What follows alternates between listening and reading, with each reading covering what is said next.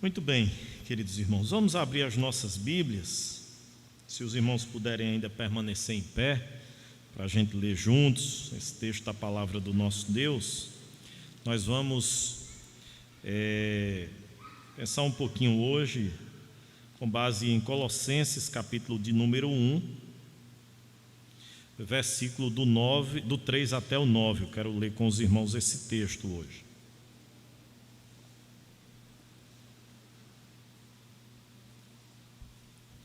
Colossenses, capítulo de número 1, versículo 3 a 9.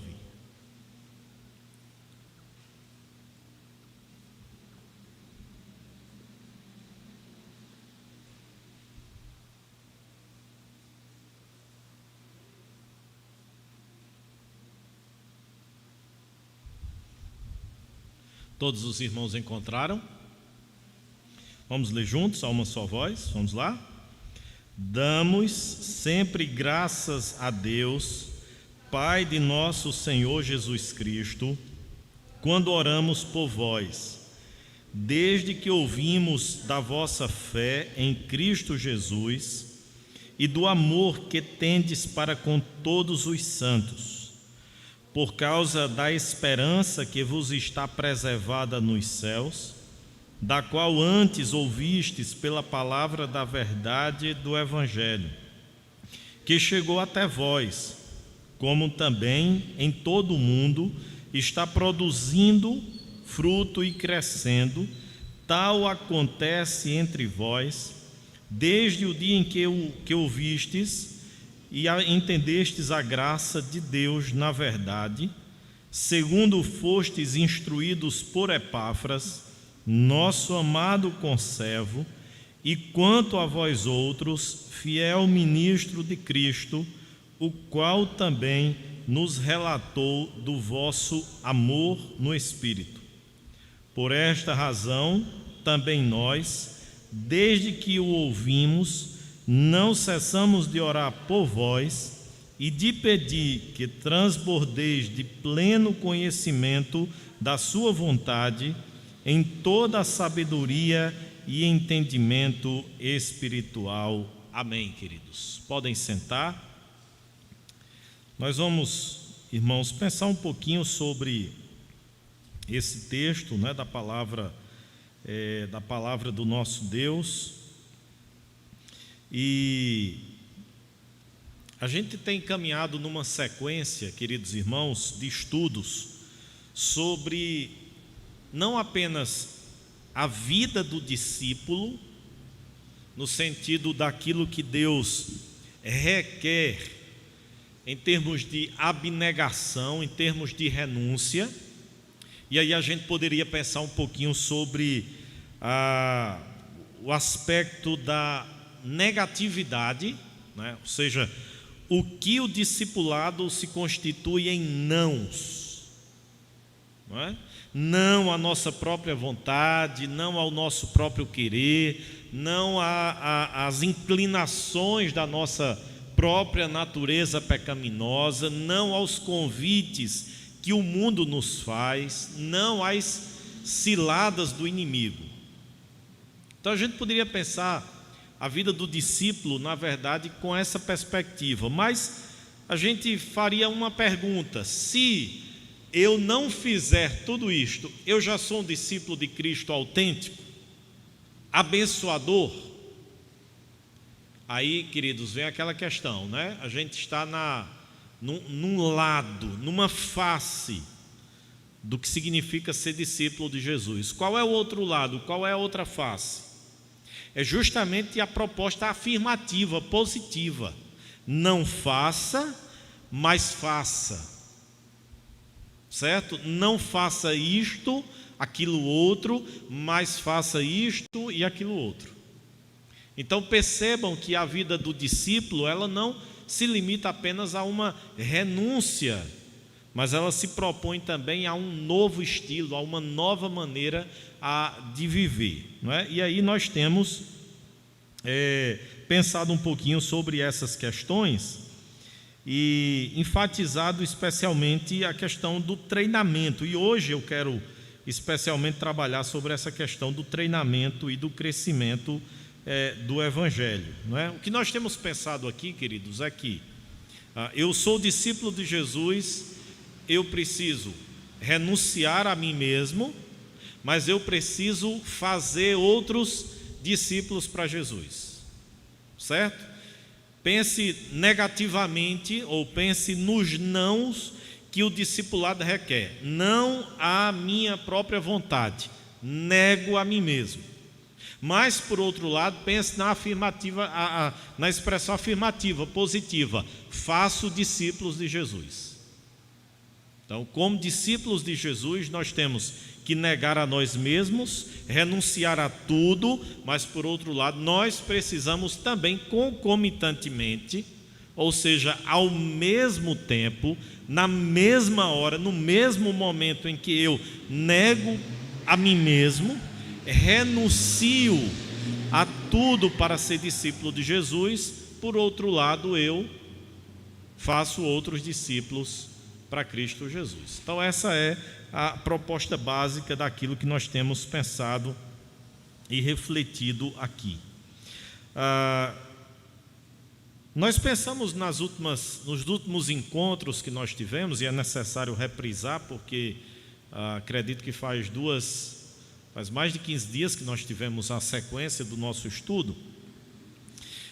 Nós pensamos um pouquinho sobre a vida de Paulo no que diz respeito ao treinamento de discípulos que ele fez.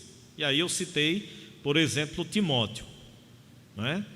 Timóteo é um jovem que cresce ouvindo a instrução do Evangelho por meio de sua avó e de sua mãe, mas num dado momento ele conhece o Evangelho e então dedica a sua vida ao ministério pastoral. O que é que Paulo faz com Timóteo? Paulo simplesmente chega e o coloca já como pastor de uma igreja, como responsável por um rebanho? Não. O que é que Paulo faz? Paulo vai para as suas viagens e nas suas viagens Timóteo está lá com ele. No seu encarceramento, Timóteo está lá com ele. A gente vê isso na carta aqui de Colossenses, de Filipenses, de Efésios, Filemão, essas 4 cartas que são chamadas as cartas da prisão. Timóteo está lá com Paulo.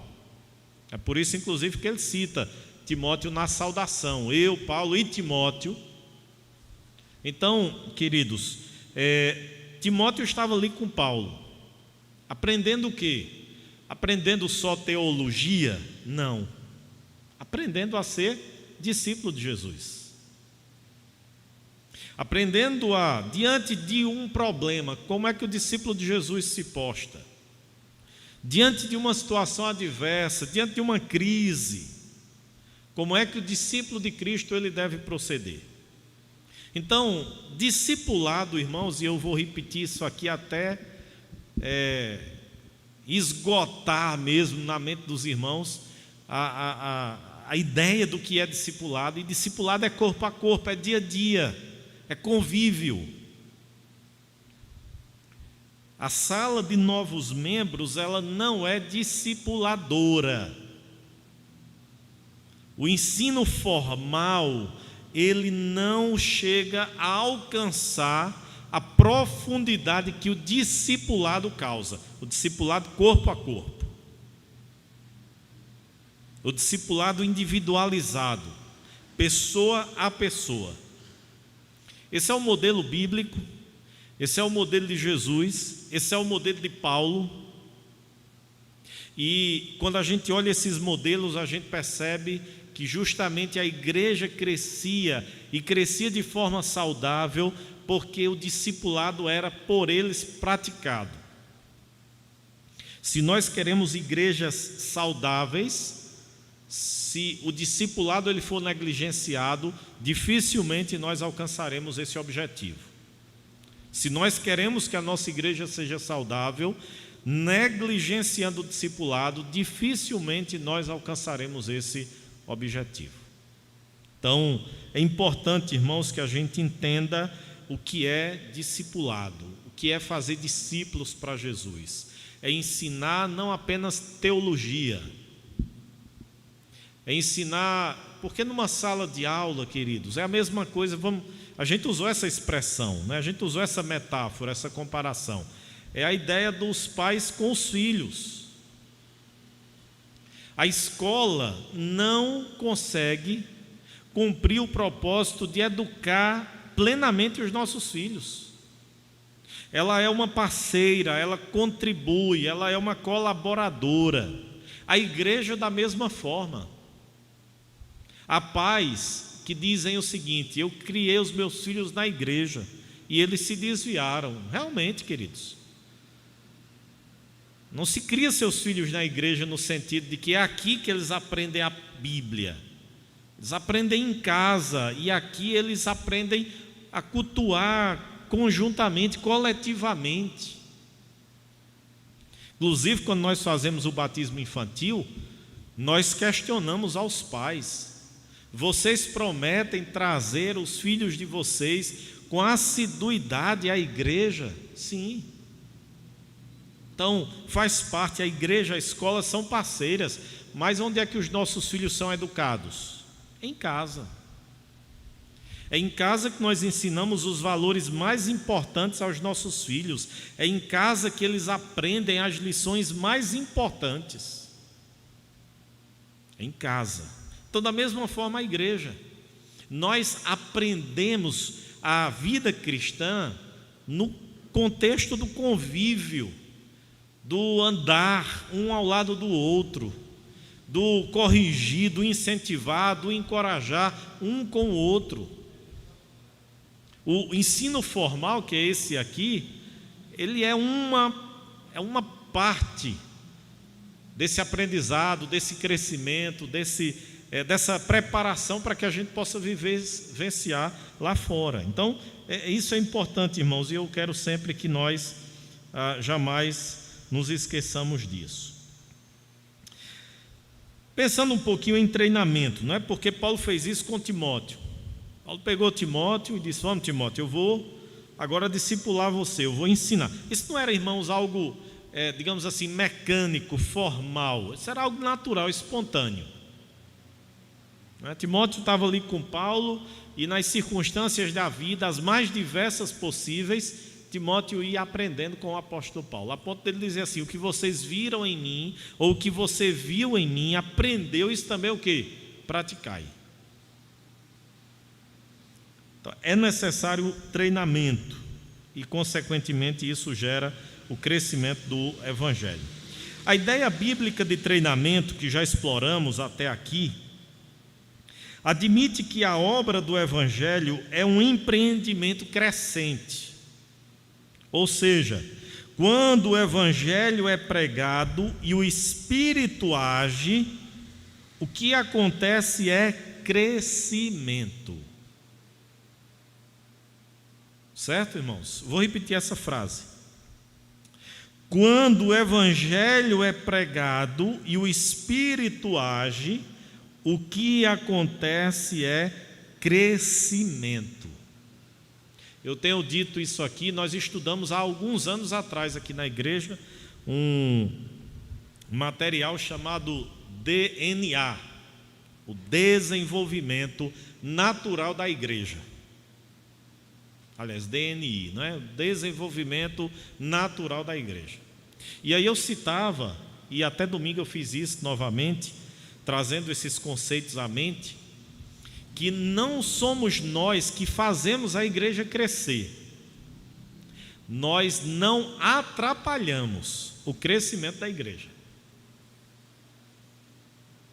Então não somos nós que fazemos a igreja crescer. Nós temos que ter uma preocupação de não atrapalhar o crescimento da igreja. A igreja, ela cresce naturalmente. É um crescimento natural, não é forçado, não é pressionado. É algo natural, a igreja está vivendo o seu dia a dia e naturalmente vai crescendo, vai crescendo. O nosso papel é não atrapalhar. O papel nosso é não atrapalhar o crescimento que Deus dá de forma natural à sua igreja. E aí nós vemos, irmãos, nesse texto que nós acabamos de ler, essa a percepção de Paulo a respeito do crescimento da igreja. Observem o que é que Paulo nos diz nesse texto, né? E aí a gente vai perceber que Paulo tem dois aspectos em vista aqui, quando ele fala sobre crescimento. O primeiro é que o evangelho estava crescendo em todo o mundo. Vamos ver o que o texto nos diz, irmãos. Versículo de número 6. Observem o que é que o apóstolo Paulo diz assim. Ele fala, né, no versículo 5: palavra da verdade, ouviste a palavra da verdade do evangelho, que chegou até vós, como também em todo o mundo, e está produzindo fruto e crescendo. Então Paulo, irmãos, tem em mente que o evangelho, ele cresce naturalmente, e ele cresce por todo o mundo. A ideia de Paulo aqui é a ideia desse crescimento como uma videira, cujos ramos continuam se estendendo por sobre a cerca e passando a cerca pelo quintal do vizinho. É algo que vai se espalhando, que vai tomando forma e ganhando espaço. Aquele conceito que a gente tem trabalhado, né? Videira. O que é a videira? É justamente o crescimento numérico e qualitativo da igreja. Então, Paulo tem em mente que o evangelho ele cresce naturalmente, é a videira crescendo, se espalhando, como se tivessem os seus ramos se espalhando pela casa do vizinho. E é interessante, irmãos, e a gente estudou isso, que essa igreja de Colossos, ela não foi uma igreja plantada por Paulo, pelo apóstolo Paulo. Paulo estava em Éfeso, ele passou na cidade de Éfeso, né? aquele grande centro da Ásia Menor. Paulo passou aproximadamente 3 anos na cidade de Éfeso, pastoreando aquela igreja, mas não apenas pastoreando a igreja no sentido local. Éfeso, por ser uma cidade maior e uma cidade mais rica, ela atraía pessoas oriundas de várias outras cidades que estavam no seu entorno: Colossos, Hierápolis, Laodiceia, né? Cidades que ficavam nas proximidades de Éfeso. E aí Epáfras sai lá de Colossos, vem a Éfeso, tem contato com Paulo, se converte, retorna a Colossos, e através de Epáfras a igreja nasce ali.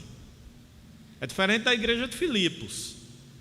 A igreja de Filipos, Paulo tem uma visão, o Espírito Santo o direciona para que ele pudesse ir à Macedônia, e ele então vai e pega uma embarcação até o porto de Neápolis, que ficava perto a Filipos, caminha até chegar na cidade de Filipos. Ali ele prega o evangelho, Deus abre o entendimento de Lídia, depois daquela jovem que era possessa de um espírito de adivinhação, do carcereiro, não é? E ali Paulo prega o evangelho àquela igreja, naquela cidade, por pouco tempo, é bem verdade, mas foi por instrumentabilidade dele.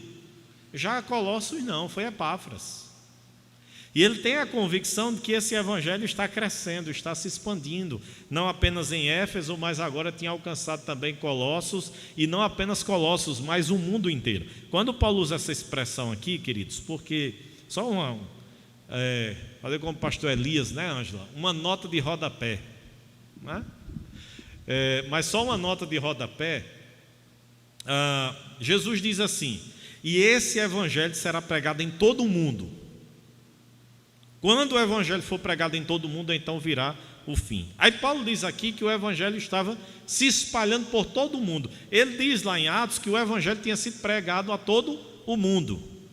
O que a gente tem que entender, irmãos? A promessa de Jesus deixou de ser cumprida? Não. Ali a visão do autor é o mundo conhecido até então. Há outras regiões que ainda não haviam sido descobertas e que foram descobertas ao longo dos anos. Então, o mundo conhecido até então, o evangelho já tinha praticamente alcançado todas as regiões. Daí, Paulo diz em Gálatas, não é? Vou ver se eu ajeito aqui um pouquinho para esse microfone. Daí, Paulo diz em Gálatas que Agora fugiu aqui o meu pensamento, fui me concentrar no microfone e aí fugiu aqui. Sim, Paulo diz em Gálatas, não é, que na plenitude dos tempos Jesus nasceu. No tempo certo, no tempo exato, Deus mandou Jesus nascer. Aí quando a gente estuda sobre as contribuições dos povos, a gente vê que Jesus nasceu na época em que havia a chamada Pax Romana, ou a paz romana, e na época em que o Império Romano havia construído milhares e milhares de quilômetros de estradas, feito pavimentações. Então a paz e as pavimentações, as estradas construídas, favoreciam o que, irmãos? O trajeto, a locomoção, porque não havia risco de salteadores tão comuns no período antigo, e o acesso às cidades, aos vilarejos. Então isso favoreceu para que depois o bandeirante do Evangelho, o apóstolo Paulo, fizesse pelo menos 3 viagens por várias regiões do mundo, proclamando e pregando o nome de Cristo Jesus, mundo conhecido até então. Mas Paulo tem esse conceito, irmãos, de que o Evangelho está crescendo, ou seja, está alcançando não apenas aquilo que era território judaico, e aí Jesus disse lá em Atos 1:8: recebereis poder ao descer sobre vós o meu Espírito, e sereis minhas testemunhas aonde? Aqui na Judéia, em Jerusalém, mas por onde mais? Samaria, por todos os confins da terra. Então o Evangelho estava crescendo. Jesus disse que o Evangelho é comparado a um grão de quê, irmãos? Ao fermento, aliás.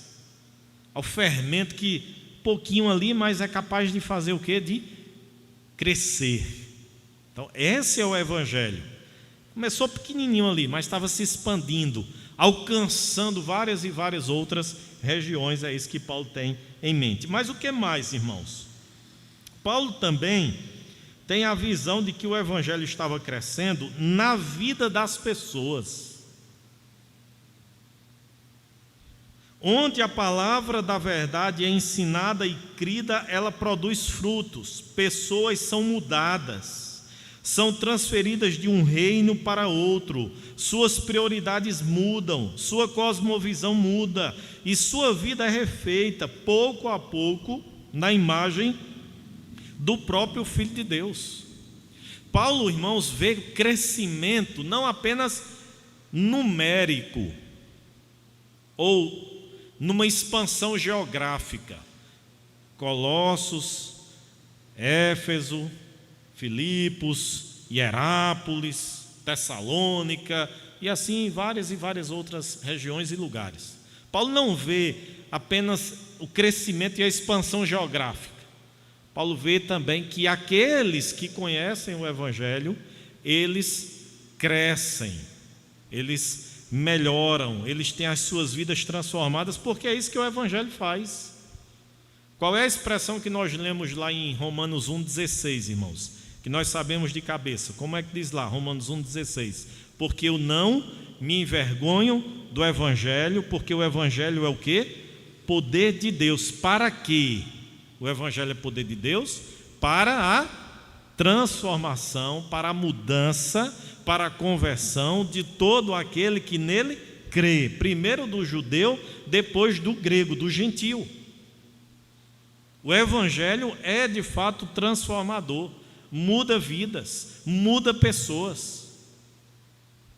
Eu gosto da expressão do reverendo Augustus, quando ele diz lá no seu livro Batalha Espiritual, que a melhor maneira da igreja enfrentar a força inimiga de Satanás é justamente com a pregação do Evangelho, é justamente com a plantação de igrejas. Porque quando o Evangelho chega numa cidade, num vilarejo, numa comunidade, o Evangelho produz transformação. Talvez não produza aquela transformação, digamos assim, geral, total, porque nem todos creem no Evangelho, Mas onde há um grupo de pessoas que creem no Evangelho, esse grupo influencia positivamente, beneficamente a sociedade onde ela está inserida. Daí, aquela grande pergunta que nós sempre fazemos: até que ponto esse crescimento vertiginoso que o nosso país vive de evangélicos implica em também crescimento de qualidade, de mudança, de vidas transformadas? E aqui, irmãos, eu não estou falando de perfeição, porque ninguém a tem.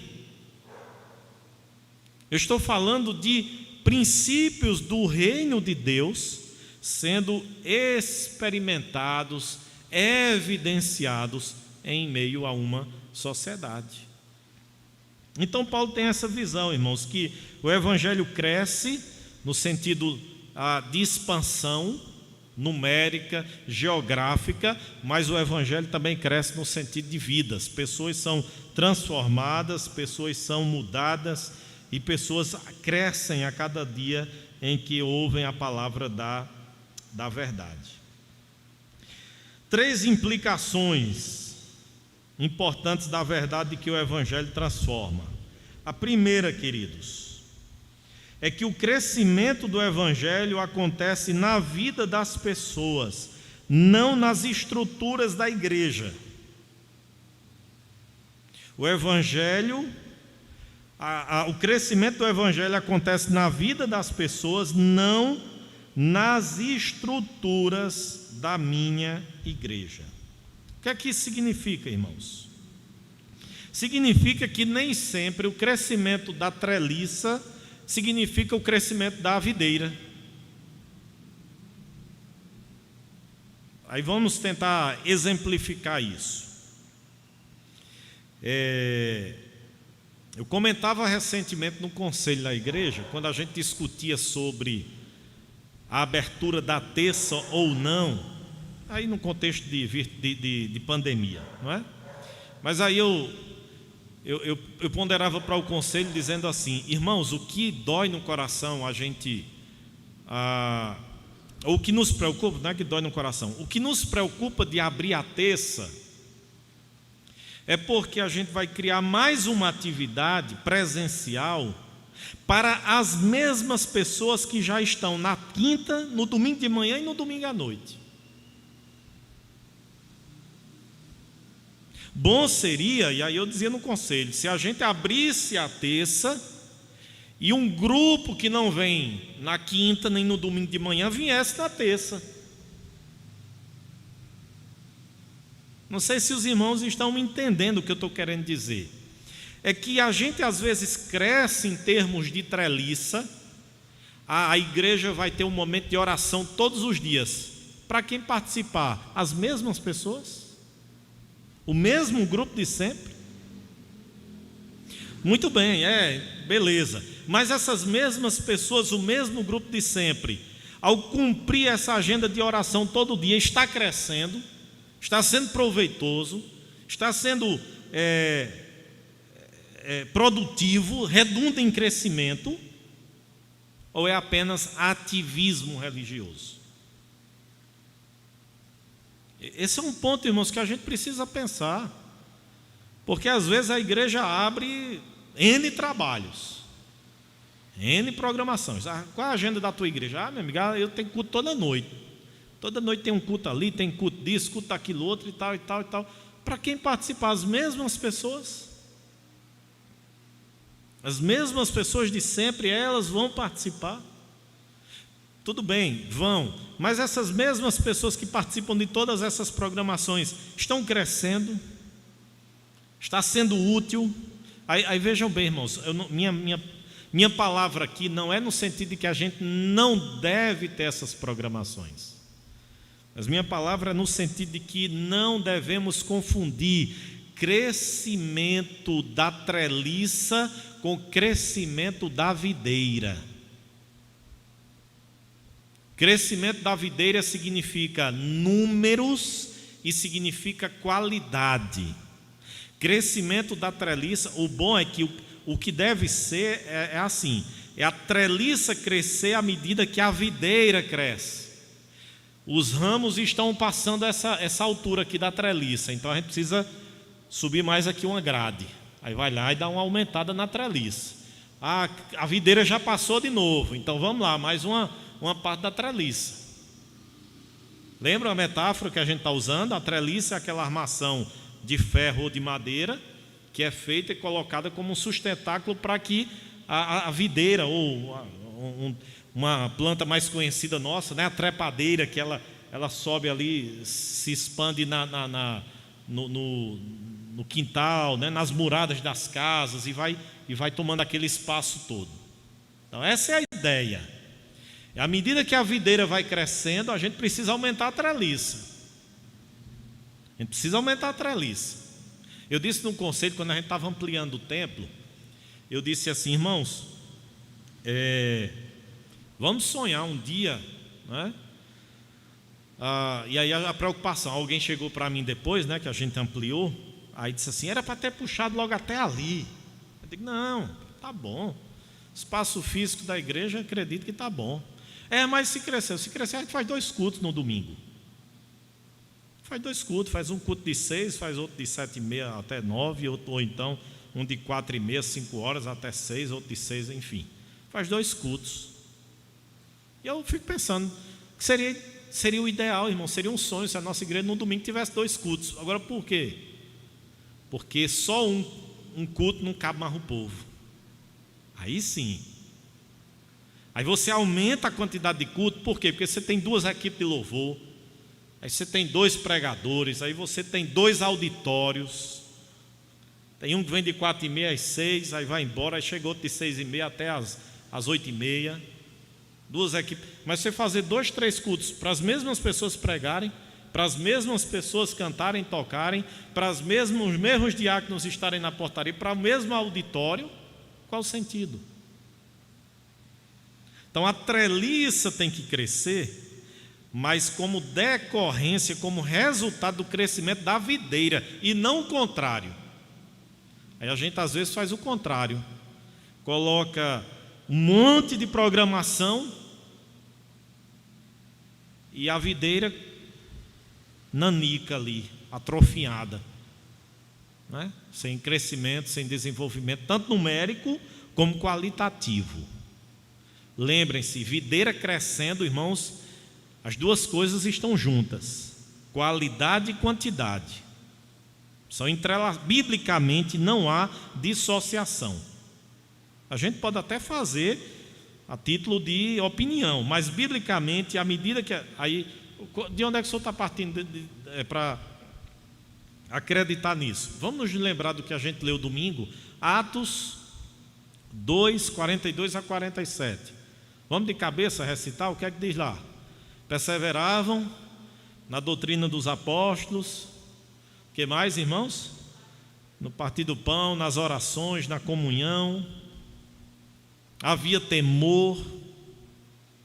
Ninguém tinha o que é seu, propriamente seu, e sim vendiam suas propriedades e bens, distribuíam com quem não tinha, a generosidade. Havia temor. Estavam perseverando, unânimes aonde?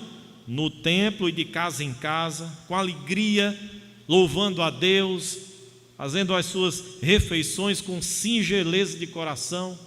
Aí o versículo termina, Lucas termina o 47, bota um ponto. Aí, enquanto isso, acrescentava-lhes o Senhor, dia a dia, os que iam sendo salvos. O Senhor naturalmente ia acrescentando, mas em contrapartida, o que era que a igreja fazia? Firme na palavra, fervor na oração, resolução de conflitos, temor a Deus, prazer no culto, alegria. O povo disse que os crentes estavam ali alegres, irmãos, não eram carrancudos, como muitas vezes nós chegamos à igreja, não é? Entristecidos, intrigados. Não, chegavam com alegria para cultuar o Senhor, para servir ao Senhor. Era assim, com generosidade, agora com muito temor. Com muito temor. Enquanto isso, o Senhor acrescentava dia a dia os que iam sendo salvos. Então, Vamos nos lembrar, irmãos, a treliça deve crescer como decorrência do crescimento da videira, e não o contrário. E não o contrário.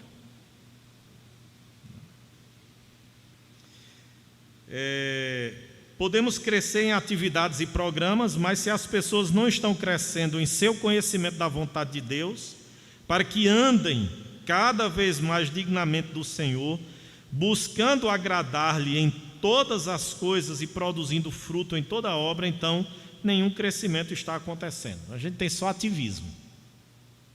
Tem só ativismo, não crescimento. Segundo, esse crescimento que Paulo tem em mente significa que devemos estar dispostos, preste bem atenção nisso, devemos estar dispostos a perder pessoas de nossa própria congregação, se isto for melhor para o crescimento do Evangelho. Para o crescimento do Evangelho. O que é que significa isso, irmão? Significa que em alguns momentos nós vamos perder membros, irmãos do nosso contexto, do nosso convívio, para que eles possam frutificar em outras áreas, em outras regiões. Aqui, irmãos, deixa eu abrir o parêntese aqui. Aqui não é perder membro por briga, por mimimi, não é? Aqui a gente não está falando em perder membro por briguinha, por confusãozinha, entendeu? Por chateação, porque a vontade não foi feita, não é por isso não é? Aqui perder membro no sentido do crescimento do Evangelho. O que é que significa isso? Não sei quantos irmãos assistiram à entrevista que eu dei, né? Participei, na verdade, com o pastor Arival, lá de Pinheiros, que é o parceiro nosso na compra do terreno aqui em Sumé. Aí quando ele estava conversando comigo, na hora que eu estava tendo a minha participação, ele olhou para mim e disse assim: Monteiro já precisa de 2 igrejas. Já pensou nisso, reverendo? Eu digo, já pensei sobre isso. Eu já pensei sobre isso. Então, o que é que seria aqui esse tópico aplicado? Seria pegar 3, 4 famílias da nossa igreja aqui e dizer: olha, vocês não vão vir mais para esse culto aqui. Nós vamos abrir um ponto de pregação agora, uma congregação lá na Vila Popular. E vocês que moram no entorno aqui, em vez de vir para a igreja, vocês vão ficar lá agora. E vão começar o trabalho lá. E quando se organizar a igreja, vocês vão ser da igreja de lá e não mais dessa. É chegar alguém aqui da cidade ou da igreja que de repente é um profissional ou um comerciante ou um emprego público, e de repente a gente vê que lá em Camalaú não tem igreja presbiteriana, o número de evangélicos é pequeno, e a pessoa intencionalmente mudar para lá. Se eu vou mudar com o meu comércio, ou eu vou mudar, pedir a transferência do meu trabalho para aquele lugar, para que quando eu chegar lá, eu comece uma igreja presbiteriana. Essa, irmãos, é a ideia, inclusive praticada por muitas igrejas grandes, que têm realmente tido membros que envolvem-se nisso. Gerentes de banco, funcionários de banco, de instituições públicas que têm extensões em várias outras cidades, que estão ali, que percebem a necessidade lá naquela cidade e resolvem abrir mão do conforto, da membresia ali, daquele convívio numa igreja já solidificada, para ir começar um novo trabalho em prol de quê? Do Evangelho. Percebe, irmãos? Ou poderia até acontecer uma comunidade carente. Uma comunidade carente. De repente tem uma outra comunidade evangélica que tem extrema escassez de alguém com aquela habilidade e capacidade.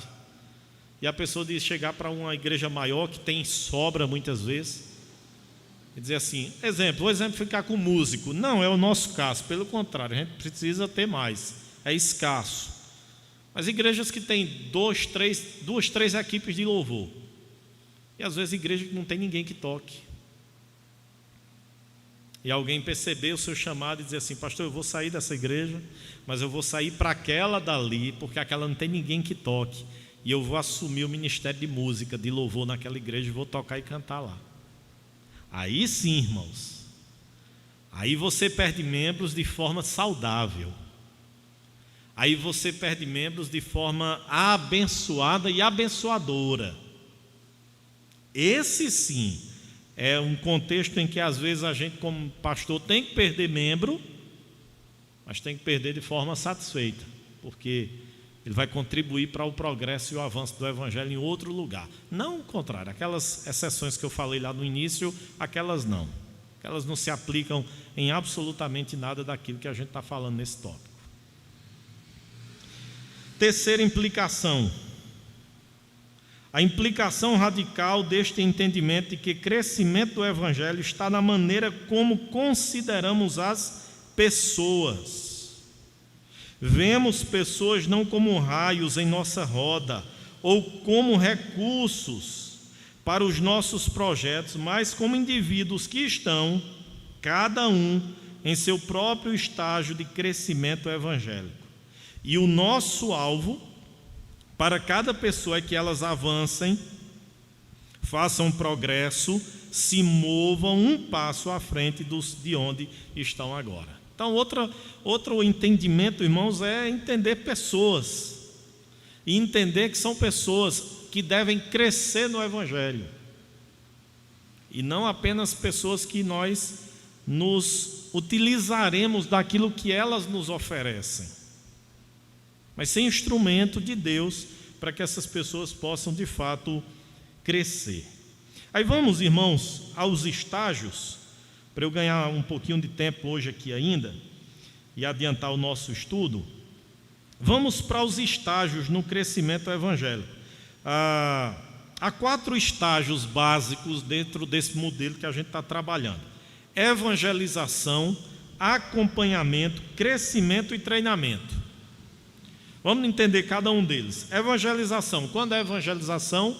É quando você comunica o evangelho a primeira vez a alguém que não conhece ainda o evangelho. Essa é a tarefa básica.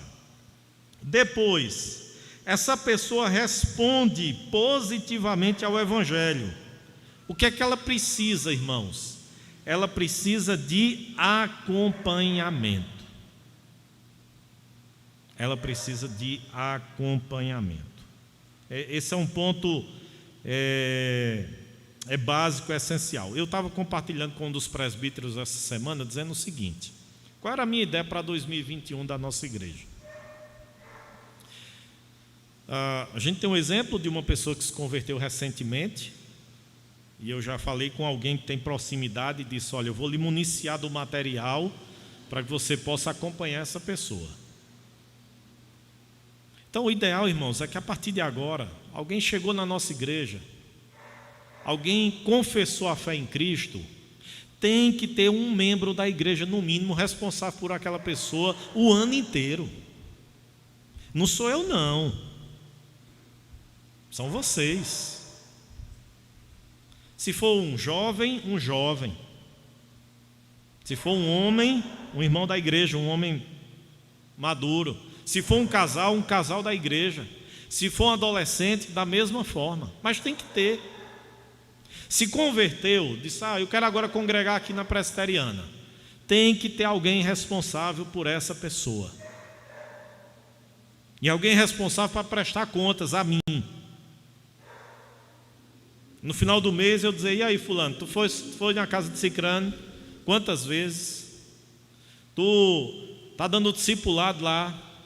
Por que tu não apareceu na igreja domingo? Em vez de eu ligar para a pessoa que está vindo à igreja, que se converteu, eu ligo para o membro da igreja. E ele é que vai me dar um relatório a respeito daquela pessoa que ele está fazendo discípulo. Não, pastor, olha, aconteceu isso, pegou Covid, está 15 dias sem vir à igreja porque está em isolamento, tomando a medicação, está melhor. Não, pastor, teve um problema conjugal, eu tive que ir lá com minha esposa, com meu marido, para dar um suporte. Não, pastor, é porque viajou para fazer o Enem e aí não chegou ainda, mas quando chegar volta para a igreja. É assim, irmãos. Há acompanhamento. A pessoa evangeliza, todos nós temos essa responsabilidade. Claro, irmãos, quando eu digo assim, não sou eu que vou fazer, não sou eu que vou fazer com todos os membros, eu vou fazer com aqueles que eu evangelizar e que eu resolver acompanhar. Mas aí é minha função como altino, não é como pastor. Como pastor, a minha função é aqui, coletiva, de treiná-los, de capacitá-los para isso, de supervisioná-los, mas não de sentido, porque o pastor tem que ir. Cada membro. Claro que eu posso em algum momento ou outro fazer uma visita, atender no gabinete, um problema de dificuldades, de proporções maiores, que o membro da igreja diz, pastor, eu queria que o senhor me ajudasse. Não há nenhuma dificuldade nisso, irmãos. Agora, o que não pode é, eu estou passando um problema, procura o pastor da igreja. Pastor, por que é que fulano não veio para a igreja domingo? Por que é que Cicrano não veio para a igreja domingo? Por que é que Beltrano não veio para a igreja domingo? Eu digo, eu não sei. Eu não tenho como ter o conhecimento, a gestão de 5, 6, 10, 11, 20 pessoas. Percebe, irmãos, como a responsabilidade ela é partilhada. E enquanto nós não fizermos isso, volto a dizer, nós sempre teremos um crescimento e um desenvolvimento muito aquém daquilo que nós poderíamos ter. Aí acompanhamento. Depois do acompanhamento vem o quê? Evangelização, acompanhamento e crescimento como discípulo cristão. É a hora dessa pessoa agora crescer. E é um crescimento lento, irmãos, mas progressivo, paulatino, saudável. A pessoa ainda vai vir alguns meses com o mesmo guarda-roupa que tinha outrora. Aos pouquinhos vai mudando. A pessoa ainda vai ter algumas linguagens, alguns vocabulários, algumas palavras não convenientes para crente. Mas aos pouquinhos vai mudando. Então, é o crescimento, é a pessoa aí, né, mudando, melhorando, crescendo, não só do ponto de vista externo, mas acima de tudo da maturidade, da firmeza no Evangelho. E aí nós chegamos ao quarto estágio, que não é uma sequência, que é justamente o treinamento. O que é o treinamento? O treinamento acontece como parte do crescimento cristão, porque a maturidade cristã não é individualista e focalizada na própria pessoa, como se atingíssemos o clímax da piedade cristã quando tivéssemos a nossa hora de devoções a cada dia. Crescer como cristão é crescer em amor e no desejo de servir e ministrar aos outros. O que é que significa isso? Vamos tentar exemplificar, irmãos, de forma bem clara para a gente fechar por hoje. Hoje é dia 6 de janeiro. Chegou alguém aqui na igreja e se converteu. Ouviu o Evangelho. Eu vou chegar e vou responsabilizar você por essa pessoa. Então, a partir de agora, você vai acompanhar essa pessoa durante todo o ano de 2021. Domingo tem culto, domingo tem escola dominical, quer que eu dê uma passadinha aí na sua casa? Agora com a Covid está um pouquinho complicado, mas vamos pensar em condições normais. Eu passo aí para lhe pegar para você ir.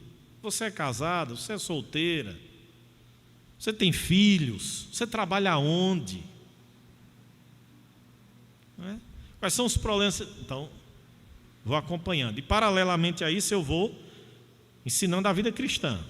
Eu vou ensinando a vida cristã. E eu vou treinando essa pessoa. Eu vou municiando essa pessoa do treinamento para que ela possa amadurecer. E aí o que é que vai acontecer, irmãos?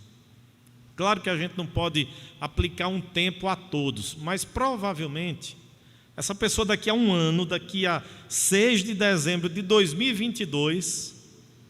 ela vai fazer com outra pessoa aquilo que foi feito com ela. Ela já vai ter nesse período dado provas da verdadeira conversão, já vai ter sido vinculada formalmente à igreja, já vai ter sido identificada pelos seus como uma serva do Senhor, como um servo do Senhor, já vai ter tido treinamento para que ela possa cumprir a missão de testemunhar de Cristo para outras pessoas.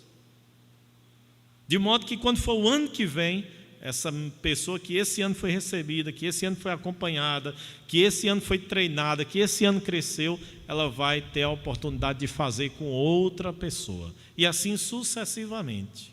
Agora, o que não pode, irmãos? E aí, quando o crescimento é defeituoso, quando a pessoa passa 10 anos, 15 anos, e a pessoa permanece necessitando de um acompanhamento. A pessoa passa 10 anos, 15 anos, é o mesmo. É a mesma pessoa.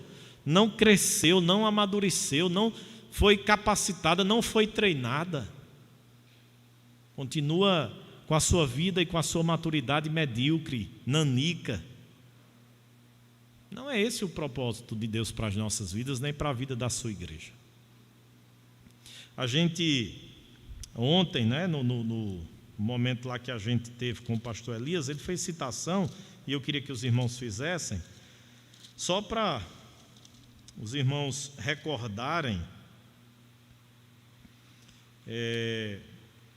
daquilo que Paulo exortou a Timóteo, não é? Os irmãos podem abrir aí, 1 Timóteo,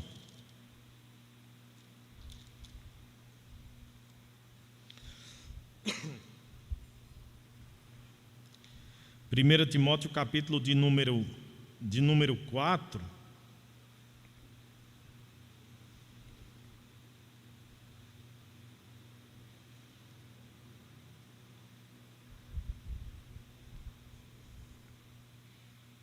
Olha o que diz o versículo de número 11, só esse.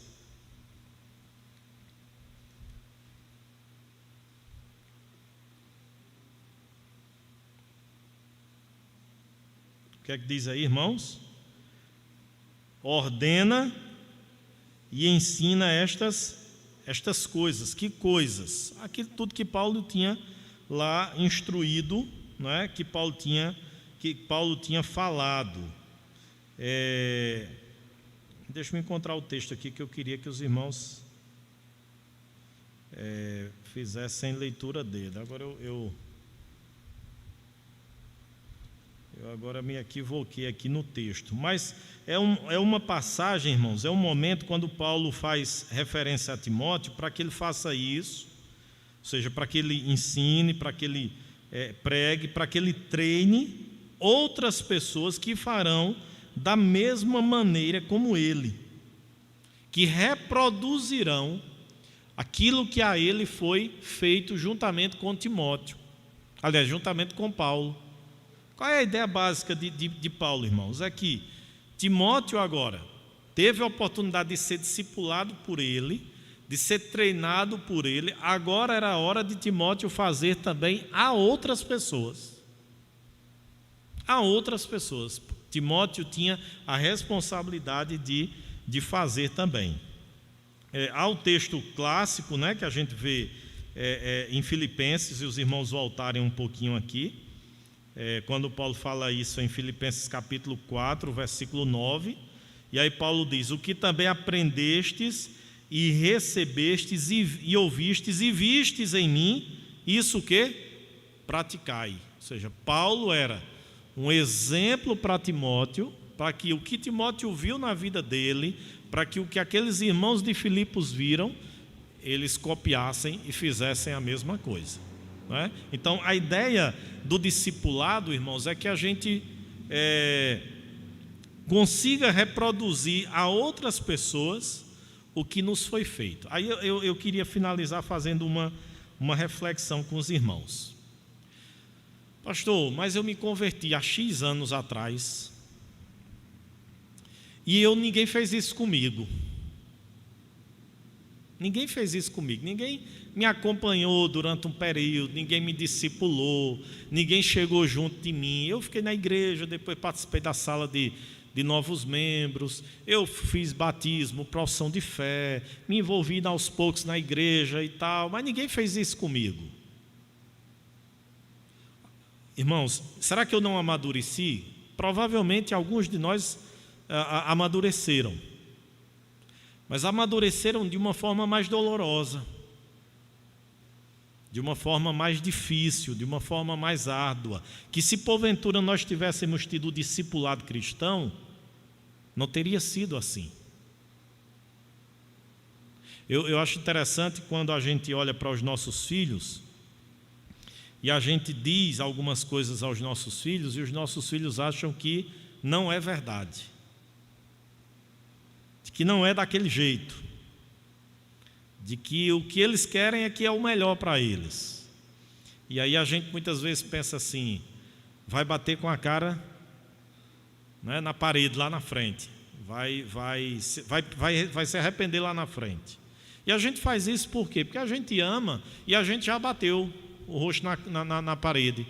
A gente já sofreu essa dor. Aí a gente ama os nossos filhos e a gente não quer que eles passem pelas mesmas coisas que nós passamos um dia. E aí eu me lembro de Provérbios, né? Porque os 11 primeiros capítulos de Provérbios é um pai falando para o filho: filho meu. E aí ele vai dando conselhos: tenha cuidado com o dinheiro, tenha cuidado com a sexualidade, tenha cuidado com a cobiça, tenha cuidado com os amigos. Ele vai orientando. Para quê? Para privar o filho dele de passar pelas mesmas dores e sofrimentos que ele passou. Então, o discipulado, irmãos, essa relação de pai falando para filho, ensinando, orientando o melhor caminho, para que eles, quando forem crescendo, amadurecendo, tendo a vida própria deles, eles não passem pelas mesmas coisas que um dia nós passamos. Vou exemplificar. Alguém se converte, e aí, meu amigo, o novo convertido, ele tem uma visão romântica de tudo. Ele pensa que eu sou a pessoa mais santa do mundo. Ele pensa que os irmãos na igreja são os mais santos do mundo. Ele pensa que os irmãos da igreja, quando virem ele lá numa fila do Banco do Brasil, ou da Caixa, ou do Bradesco, ou do Nordeste, enfim, algum banco, vai abraçar, vai cumprimentar, vai... Ele pensa que a gente nunca vai ter momentos de estresse, enfim, que a igreja nunca vai ter escândalos, quedas, fracassos da liderança ou de um membro mesmo. Isso é o novo convertido. Aí o discipulador faz o quê? São homens, coloca a sua fé em Cristo. Eu estou encantada com a igreja é um céu para mim. Calma, minha irmã, calma, meu irmão. A igreja é bom, a igreja é bênção de Deus e tal, mas entenda que ali são homens. O pastor é um homem como qualquer outro. Você vai ver que tem dia que ele vai chegar pelo avesso na igreja. Você vai encontrar irmãos que de repente na hora do hino de comunhão na igreja pegam na sua mão, lhe abraçam, mas de repente vê você lá na fila do banco e não cumprimenta você. E vai ter irmão que num determinado momento vai estar falando um do outro. E não é na presbiteriana só isso não, viu?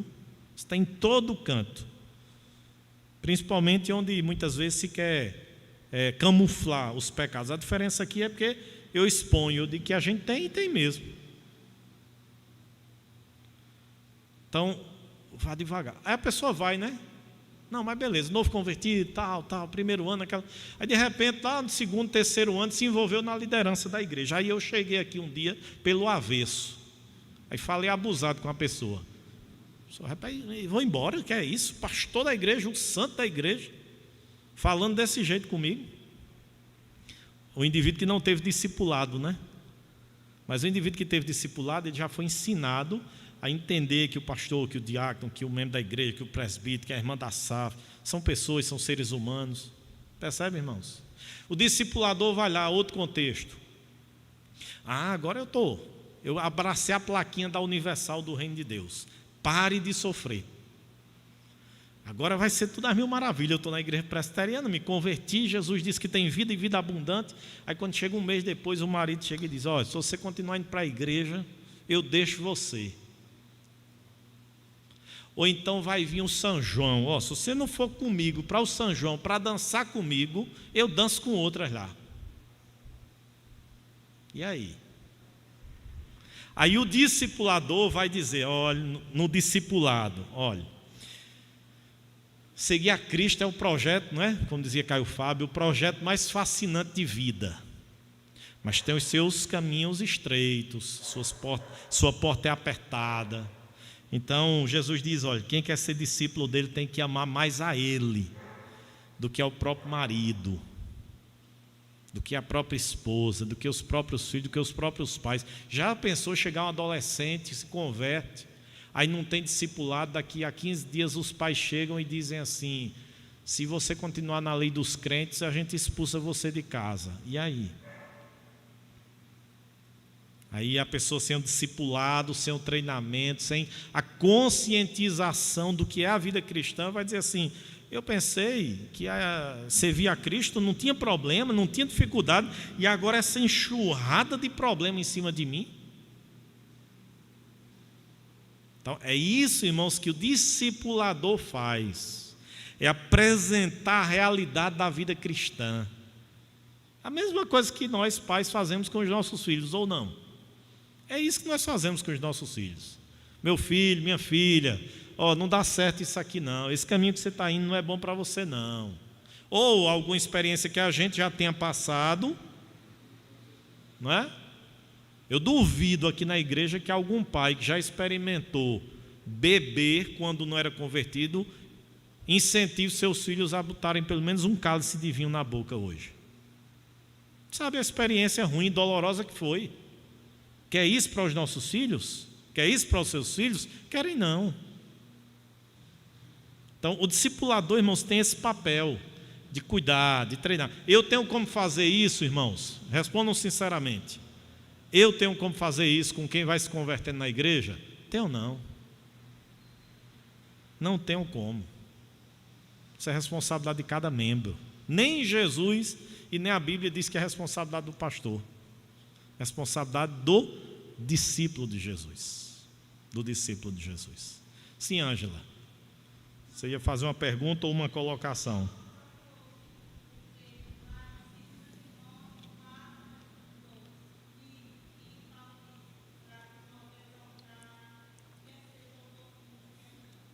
Isso. Mas há uma outra, eu vou depois ver, há uma referência onde Paulo diz, no sentido de Timóteo, reproduzir isso a outros, não é? Aqueles que o ouvem. Mas esse texto aí, Paulo está fazendo, Ângela, aquilo que a gente tem que fazer mesmo, pregar a palavra a tempo, fora de tempo, enfim, ensinar a Escritura Sagrada. Amém, queridos? Alguma dúvida? Está tranquilo? Vamos fazer discípulos de Jesus? Vamos fazer discípulos para Jesus. Vamos ficar em pé, vamos orar, né? Vamos agradecer a Deus por esse tempo aqui juntos. Esses conceitos, irmãos, eu estou trazendo aqui, reflita. Quem tem o livro A Treliça e a Videira, que já leu, sabe que esses conceitos estão impregnados lá, não é? Quem não leu, ou quem não tem um livro, quem não leu, eu estou aqui lentamente passando isso para os irmãos. Conceitos para vocês refletirem, para vocês analisarem. Agora faça isso assim, quebrantado mesmo diante de Deus. Não façam isso com nenhum tipo de preconceito, de rejeição, de carnalidade. Não, faça isso pensando biblicamente. Será que é biblicamente isso que o pastor está dizendo? É verdade. É desse jeito mesmo. Aí, leia a Escritura, leia Atos, leia as cartas de Paulo, entendeu? E vá, leia Jesus com os seus 12 discípulos, não é? Vá refletindo, internalizando isso, certo? Para você perceber que aqui, irmãos, eu não estou de maneira nenhuma querendo tirar o meu da reta. Pelo contrário, eu estou querendo cumprir aquilo que é responsabilidade minha, como pastor, treinar, capacitar, municiar os discípulos de Jesus a que eles cumpram a sua função e agradem a Deus e sejam instrumentos para a glória de Deus. Então vamos orar pela nossa igreja para que Deus nos desperte nesse sentido, para que o Senhor nos inflame. Deus amado, nós queremos te agradecer por esse tempo aqui juntos, agradecer pelos irmãos que nos acompanham virtualmente, louvar ao Deus pela oportunidade que o Senhor nos está concedendo de sermos instruídos pela Tua Palavra. Muitas vezes conceitos que parecem tão simples, tão elementares, tão básicos, e de fato são, mas que são tão difíceis, ó Deus, de colocarmos em prática, de assumirmos as nossas responsabilidades como discípulos do Senhor, de nos envolvermos, de gastarmos tempo, de gastarmos a nossa vida fazendo outros discípulos para o Senhor. Tem misericórdia, ó Deus, porque gastamos tanto tempo correndo atrás daquilo que é perecível, daquilo que é material, daquilo que é terreno, e muitas vezes não investimos o nosso tempo em vidas, em pregar o Evangelho, em acompanhar, em treinar. Tem misericórdia das nossas vidas, nos abençoa como igreja presbiteriana aqui na cidade. Nos ajuda, Senhor, para que sejamos essa igreja de discípulos e que sejamos uma igreja discipuladora para o louvor e para a glória do Teu nome. Abençoa as nossas vidas no regresso aos nossos lares. Dá-nos uma noite em paz. Nós te pedimos em nome de Jesus.